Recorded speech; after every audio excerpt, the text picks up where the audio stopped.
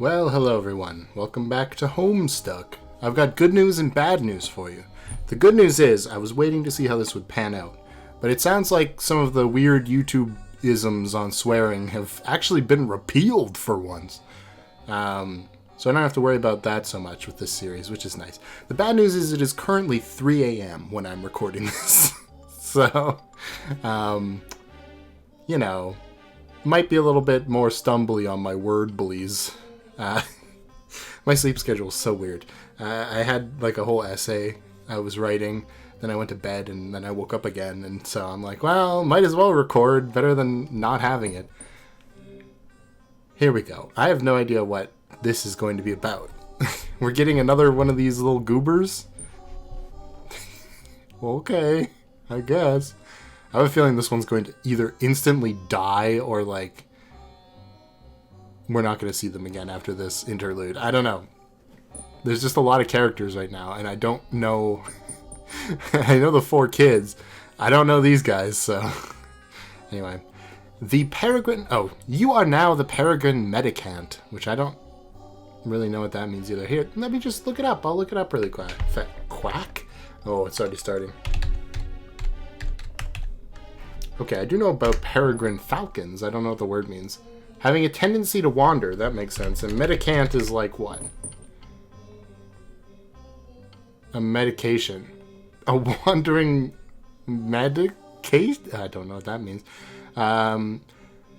You are flying westward in your peculiar mobile station. You have no sense of your bearings presently. The door is blocked by a metal column which extended through the entry shaft before liftoff. What will you do? Check the mail. Yeah. Dr. David Brainer? Tension serious business. Maple Valley, Washington. Wow. This message to Dr. Brinner. Oh, Brinner, not Brainer. Also, that would be Bryaner anyway. To Dr. Brinner looks pretty serious. We've also got a barcode. Okay.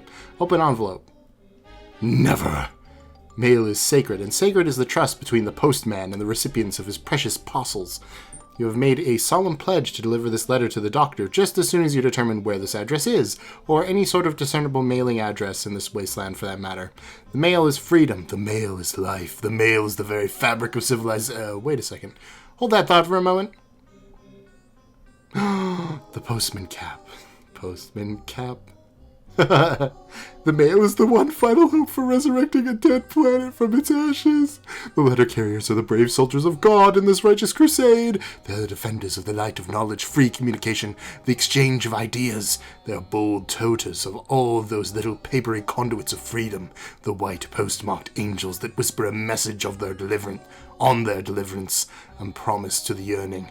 There is hope yet. Liberty, reason, justice, civility, edification, perfection. Mail. Okay, well, can we look at the keyboard instead? Okay.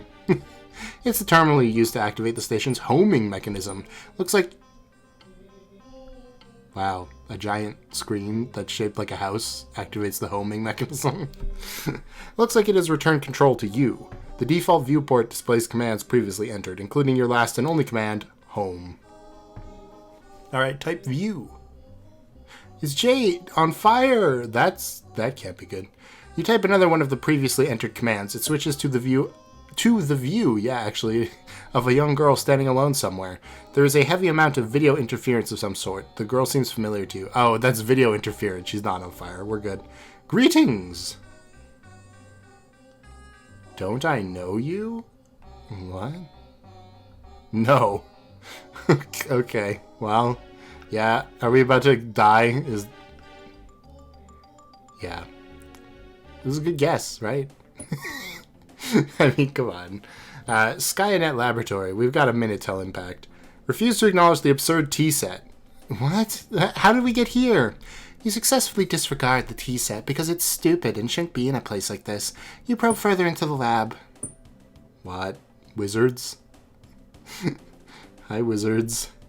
They remind me of the wizards from... Was that Infinity Train? Yeah, I think that was Infinity Train. Makes you think. Looks like a little girl's room. This all strikes you as a bit odd. No time for messing around in here, though. Wear the scarf. Be the rider. Okay. Maple hoof. Oh no, there's an imp in there. Or maybe you'll do a little messing around. You are only human after... Oh, what's that? We got this scarf. It's awesome. You are accosted by a friendly mutant kitten. Aww. Resist great urge to take the wedged shale? What? Oh, this is... Okay, this is John. That's why I'm like, what? Where? How would there be shale here? You know, you should grab this thing, but... Okay. You are suddenly feeling apprehensive about entering your father's room. With all the scampering around, it almost slipped your mind how much you hate his hideous clowns. No use putting it off any longer. There's only one thing left to do. Give me a D. Give me an E. Give me an S. Give me a C. Jump down. Hey, we got it. Huh? Oh, no. A mask of the ogre, too? Uh-oh. Scamper into grand foyer with wild abandon. Oh, okay, never mind. That makes more sense. This is Jade's house. We're good. You scamper your heart out and bump into something. You don't know why he always insists on keeping it so dark in here. Oh look, it was one of his dumb globes. These things make it awfully difficult to navigate the foyer. We get it, Granddad. You like to travel around the root world, going on adventures and stuff. Lousy goddamn stupid globes. Arm yourself. Okay. Grandpa will surely have stern words. Is he one of these figures on the couch? Okay.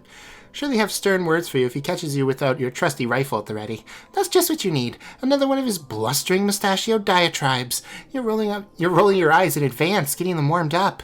But ideally you can evade him altogether. All you have to do is get past the fireplace and out the front door, and you'll be scot-free. Examine those chops on the sofa. It's much more menacing to do the little scoot with a gun. Why is there one with deer head? Oh, I'm scared. These are the manners for distinguished house guests. You could put it like that. That makes it even creepier. They like to gather by the fireplace for tea time. They like to get... okay. As well as pretty much all other times. It's very mannerly and civilized. You know exactly what's going to happen if you try to sneak by. The fireplace is going to light up and your grandpa's silhouette is going to appear in front of the fire and give you a good spook. He's so predictable. Okay. Ooh, okay. And there he goes. The old man has the flame! You suppose you could still manage to sneak by the crafty old man if you're fast enough. Avoiding an encounter would be ideal. Encounters with him are usually intense. Leap dramatically across the divide. Do a youth roll. Whoops! You guess an encounter with him is almost certain now, but most likely not for a while. Time to go see what someone else is up to. Oh, let's say Dave. Strife. Right, we're still fighting. Oh, right, disascension, yeah, because we're falling down the stairs. That's what Dave has on his shirt. It's a record, which makes sense. Aw, snap. Preloader psych out. Psych out, got it. Oh, well. Oh, it's still straight. What? Okay, first off, I'm trying to adjust my sound. Okay, there we go. Now I can hear properly. His gun is hilarious. Is Grandpa stuffed and dead?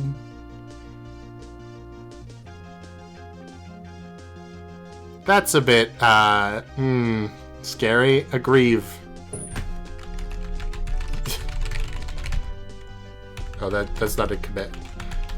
Get up, get up, get up, get up! Wait, do all of the keys do something different? Okay, we're standing here. This makes the gun go pew.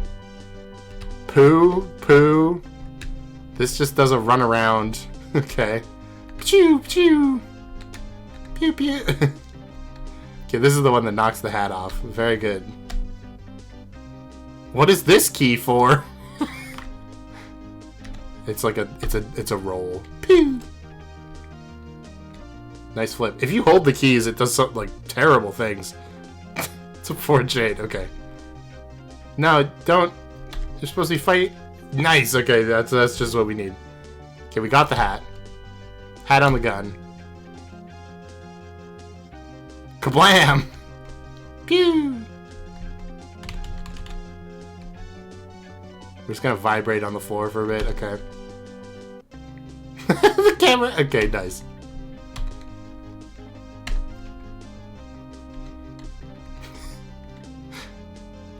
Don't stand on him. Okay, just sleeping. This is a good one. What happens if I hold this? Oh, nothing. It just loops infinitely. There's another youth roll.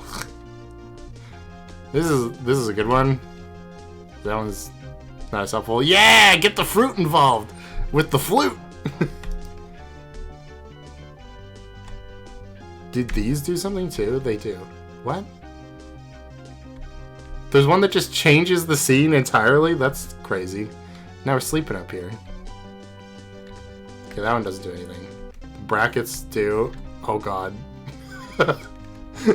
Do like the number keys do stuff as well? Okay, no, we got everything.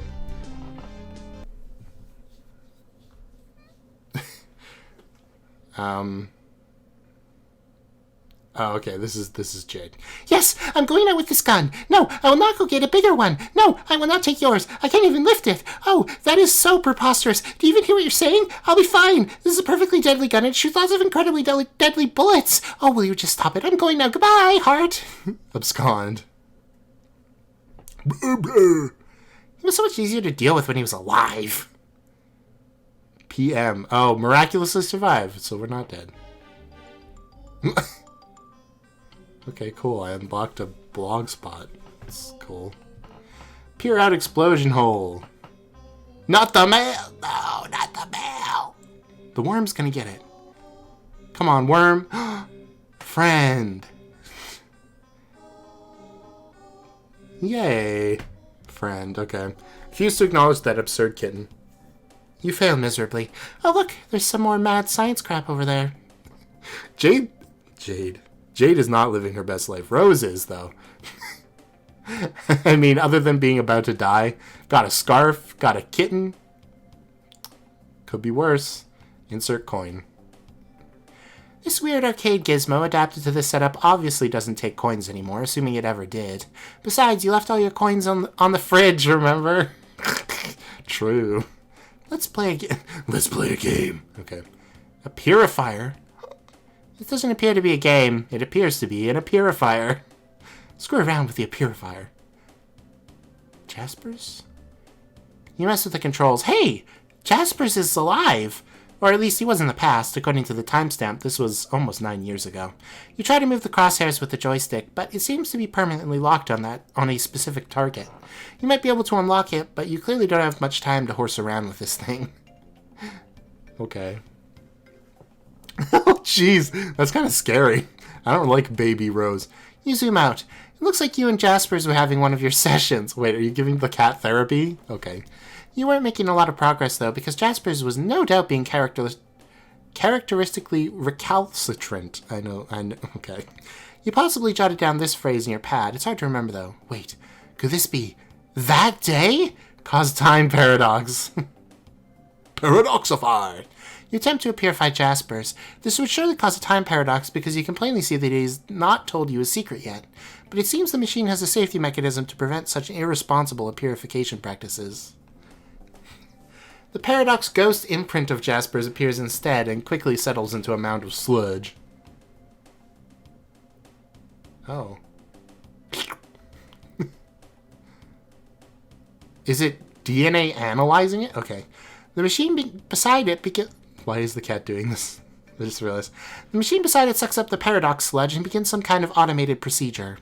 It seems whatever sort of primordial biochemical properties the sludge possesses is being evaluated by the device.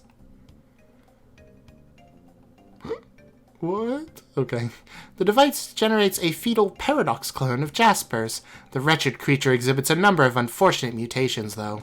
The good news is that it will be mercifully unestablished along with this facility shortly. This is also the bad news. Whoever was operating this machine in the past may have been making unsuccessful attempts to perfect the science of ectobiology. Have a flashback, okay. The secret. There's no time for a flashback. Conveniently, you watch what happened right here on the monitor. Nice. You roll the clock forward a few seconds. JASPERS reveals his stunning secret to you in strict confidence. He's gone. Before you could ask him to clarify, he vanished into thin air. You now believe you understand why. However, you were not the one to purify him from this moment. Your hand was nowhere near the controls just now. The couple weeks after he vanished, his body washed up along the riverbank. His suit was a mess. Your mother fitted him with a new one just before the absurd funeral service she insisted upon. Trace Jaspers' whereabouts on the machine. Well, there he's dead. You roll the clock forward to a week after he vanished. It seems there is no accessible feed tracing his whereabouts during that time frame. You fast forward another week. There he is, just as you found him. Fast forward to now. Corral for Jaspers? Jaspers, no. Aww.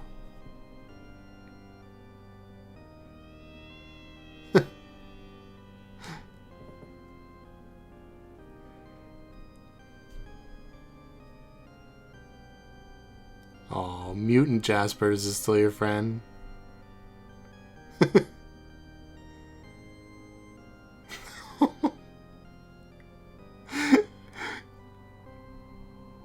Tiny baby Rose at the funeral. So sad.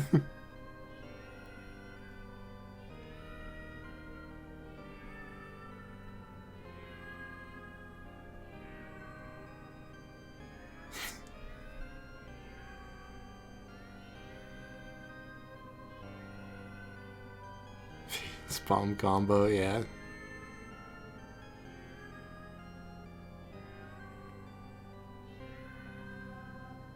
It's just a dead cat. This is such a funny image. Look, I'm sorry. What was that? What? It opened another page. What is this? Pony Corral.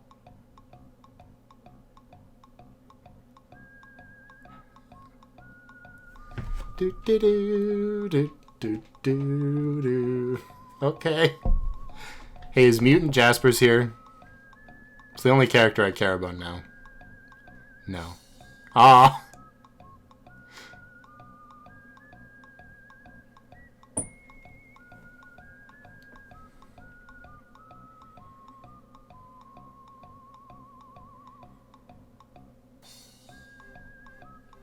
How long is this?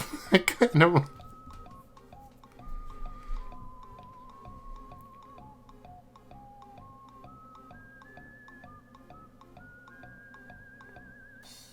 What was that? Yes, I'm in your flashback weird thing too. Get in my flashback, please. John, why? Is one gonna be Dave? Oh, no. No, Dave doesn't get to be in the flashback. We deal with it enough in the present. It's Jaspers! He's alive! Okay, well, he's still dead, but his body's intact. Turns out it wasn't some kind of disintegrationificator like you thought. More like an escapalizer. Purify Jaspers immediately. Hi, buddy. We're gonna die together. Good thing you finally got all this sorted out. Now you have 10 seconds to spare. Time to stash the dead cat and... Amscray. That is a word. Okay. Stop fooling around and transportalize out of there. Okay. Pretty decent escapalization. Okay. Locate and feed the devil beast you call a pet. Okay, well, here we are. Hey, we're out on the island. I was going to see if I could move her closer, but no. Good luck finding him. If he wants to be found, he'll find you. Becquerel has always managed to elude your prognosticative faculties. He is completely invisible to your intuition somehow, a property almost totally unique to him. He used to freak you out a little, but you've long since grown accustomed to it. That's... okay. A little scary. Are we just gonna... Oh. Oh. It's the symbol. It's the symbol. Is it a cat? Huh? Oh, it was nothing. Nothing at all. Moving right along. Retrieve the package you expected to arrive. Yeah, I think that's like ancient, but it looks like our house. It's weird. Also, is she just living on this island alone? If her grandpa's dead? I mean, I guess there's Becquerel, but... A birthday package and you were expecting from John arrived months late, and yet right on time. It landed over there past the crumbling monument, a satellite to the great mystic ruins at the center of the crater lagoon. Okay. John triple somersault into room, etc. Stick the landing. Okay, you don't do that, but you're in your dad's room. Huh? Where are all the clowns? You spot your dad's briefcase beside you. It probably contains all sorts of clues, or at least various forms of paperwork critical to his trade as a hilarious street performer. He's all serious business. Snoop. Ah, yeah, here come the secrets. Get ready for some major reveals. Wait a minute. These are just boring business documents and spreadsheets. What the hell's going on here? Okay, we're examining Dad's room. Reveal awesome. The wall-eyed stare. Fedoras? Kind of a boring room. Business shoes? A briefcase? Just a businessman. Not all that into clowns at all.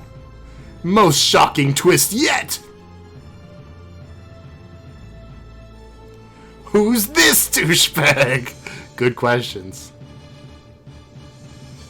He still loves cakes, though. He's got cake mix. He's got 4 pipes lined up on the wall. Yeah, so I guess all the clown stuff... I can't remember where I heard this. It might have been in the comments section when I asked about parents. But I guess all the clown stuff is for John's sake, right? Because John likes magician stuff, and his dad's, like, not quite there in understanding what that means. So he's like, surely you like clowns and tricks, right? Because magic tricks are, like, like, it's a performance. That's pretty funny. I like that a lot. Can we open our presents? Calm down, it'll be alright. So all those years while you believed he was out busking up the corners with hilarious antics, he was working as an ordinary businessman all along? He was just a man trying to make a good, honest living for his son? Maybe he was too embarrassed to tell you the truth. Or maybe it was just that you never bothered to ask. You guess you just always assumed. Meanwhile, the human prisoner has broken out of his jail cell yet again. Attempts to block the cell door with heavy objects have proven futile. I don't know who that could be. The human prisoner. Like, is it that guy for those watching the... Wow, it's another poor little guy. He's not even he just doesn't react. He's just falling like, well, guess I'm dead. You're going to need a bigger safe. Yes, that guy. Who's this guy? I mean, yeah, true. Who is this guy? Enter name. Spades Slick. What? For real? Spades Slick. Got a nice ring to it. But you know your own name, and that damn well ain't it. Take another stab at it. State name and rank. Okay. You are Arc Agent Jacques Noir. I vaguely might know that name. I feel like I've heard it before. You oversee various affairs of a dark kingdom. Presently you are determining how to deal with this prisoner, who has been a thorn in your side since he was apprehended. So this is the Dark Kingdom. Okay. You view the affairs of the kingdom through a series of fenestrated walls. You have 3 walls, near enough to form a cubicle of vigilance, which is a full and proper enclosure for an agent of your stature. However, much to your utter contempt, your 4th wall was stolen some time ago. Well, that's pretty funny. Don comical hat. This frivolous headdress turns your stomach. You'd sooner stick your head in a furnace than coax it into this monstrosity's loathsome, colorful maw. It's bad enough that your exalted ruler ordered everyone to drape themselves in these hideous rags the moment that troublesome human with the pipe and his child showed up. But you draw the line at the hat. Call a minion. Hey, there's a minion. It's a bigger safe. You order one of your burliest agents to the scene. He brings something heavier this time. These do look like the people from that other webcomic. Who? Hi. Who? Oh, this is the Dark Evil Lord. Okay. Your transmission is interrupted. It seems your glorious monarch has concerns over your wardrobe. Fine! You begrudgingly don the comical hat. Stupid, lousy, wise, and just leader. What a royal pain in the ass. Throw down hat in disgust. You fully intend to once your superior stops breathing down your neck for a second. Wait, what now? Womp womp, womp womp. They're just like, no, no. Your blood is boiling so hot you could cook an egg on your carapace. Carapace, huh? Looks like you'll have to go handle this yourself. Anyway, I'm investigating. Seems there are some unopened birthday presents which Dad didn't get around to giving you yet. Present time! Open a present and see what's inside! Whoa, it's a fetch modus. Incredible Silodex behavioral conglomeration at your fingertips. An inventory management system. This one on the right seems promising. You open it to see what's inside and, oh god, yes. Obtain sweet loot.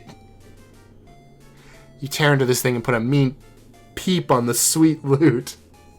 In addition to the modus control deck, you got a bonus array fetch modus, plus another 12 cards, which are practically worthless by this point, but you'll take them. Oh, that's a lot of cards. First thing you do is flush the extra cards into your deck. Okay, this is really just too many cards. Equip array fetch modus. The array modus allows you to store and retrieve any item from any card at any time. It seems exceptionally serviceable, albeit difficult to weaponize. Boring. Interesting. That is kind of an interesting thing, because, like, now it's a perfect inventory system, but you can't use it as a weapon, which is how we, like, survived this long, pretty much. Read instructions for the control deck. There's nothing to read, really. You just pop some modus cartridges in the slots, fire it up, and see what happens. You start by putting the stack and queue modi in the slots. Your Silodex now behaves like both a stack and a queue. Items can be removed from either the top card or the bottom card. That's cool if we didn't have 60 billion cards. Oh my god, what is happening now? You see no reason at all not to jam the array cartridge in there too. Why not? You make sure to blow the dust off out first, of course. There we go, now it'll work. The Silodex reconfigures itself into an array of distinct queue stacks. Now we're talking. This is just the sort of needless complexity you have come to expect from your inventory management system. Unwrap the smallest present first. You have a staunch policy of saving the biggest present for last. Always. Pretty good. Food Gushers! You receive a box of delicious Froot Gushers. Could this birthday get any better? You don't think so? Yeah. I'm gonna eat these Gushers. Open the big one. You thought wrong. Yeah. Fill up an entire queue stack with shoes. Okay, awesome. Queue stacks full of shoes. Capture log Froot Gushers. Dang, you spaced out and put it in the wrong queue stack. Don't worry, you'll get the hang of this thing. So this queue stack for fighting, we're just going to throw shoes at people. It's pretty funny. Closely inspect the Froot Gushers box. Massive tropical brain hemorrhage. Made with real fruit. For education. That's funny. It's funny looking back on like old packages for stuff before minimalism took over and ruined everything. Because like if this was... Imagine seeing this on the shelf today. It would stand out so much, right? Like, everything is... I think the Froot Gushers box right now... Let me just search it up. I'm pretty sure it's just a yellow box with the logo. And maybe a couple Gushers on the packaging.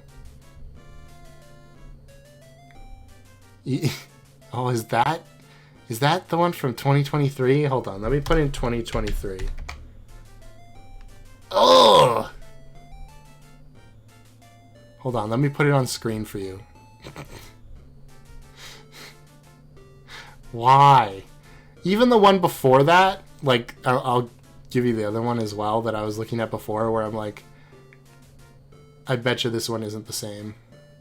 These are both web peas, so I guess I'm putting them up in post, god damn it. But you can see, like, look at the difference between these three Froot Gushers packages. It's honestly just, like, so sad. It's so sad.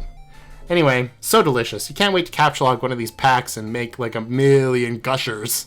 Screw all this building nonsense. You'd rather make candy. Wait a minute. Yeah, we could make infinite Gushers, dude. It can't be. Oh no, it's made by the same people. The heinous batter witch has her gnarled claws and everything. What do gushers have to do with baked goods anyway? How does this make sense? Why?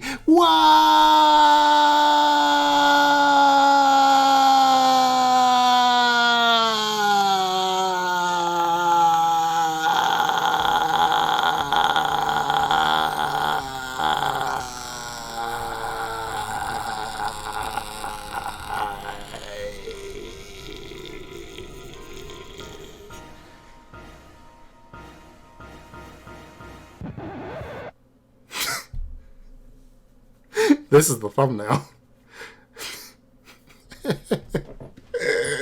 And that's also where I'm ending the episode. I hope screaming why doesn't, like... I don't think anybody can hear me.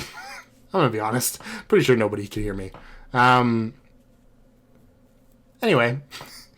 I hope you enjoyed. That's what I went to band for 6 years, was to have the lungs good enough to hold Y for 45 seconds while a stupid animation plays. That's the only reason. Oh. I dropped my phone. Anyway, I hope you enjoyed this episode of Froot Gushers. If you did, gush the like button. Gush scribe? That doesn't sound right. Oh well, we'll go with it. When you were little, what was your favorite type of candy? Like Fruit Gushers? For me, I think maybe it's definitely just because I'm thinking about it right now. But my favorite kind of like fruity recess candy that you'd get in your lunchbox, right, was like Fruit by the Foot or like Fruit Roll Up. You know what I mean? Because like it lasted quite a while. You couldn't get through it very fast. You had to like savor it. And that helped. I guess you could just like chomp down on the whole roll, but did anyone do that? Someone must have, right? Not me though. Anyway, that was my favorite. Maybe your favorite was Fruit Gushers. Or maybe your favorite was like marshmallow bananas or something.